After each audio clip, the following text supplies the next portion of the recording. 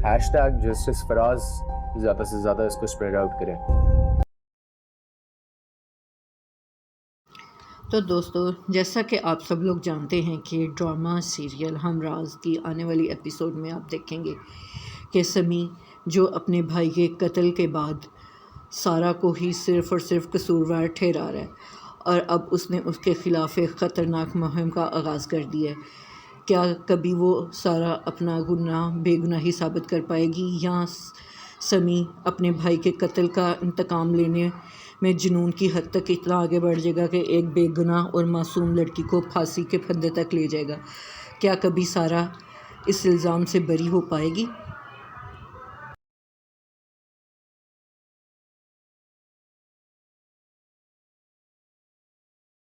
फिर मैं दोनों मियाँ बीवी को मार दूंगा, वैसे ही मर पाऊंगा जैसे उन्होंने मेरे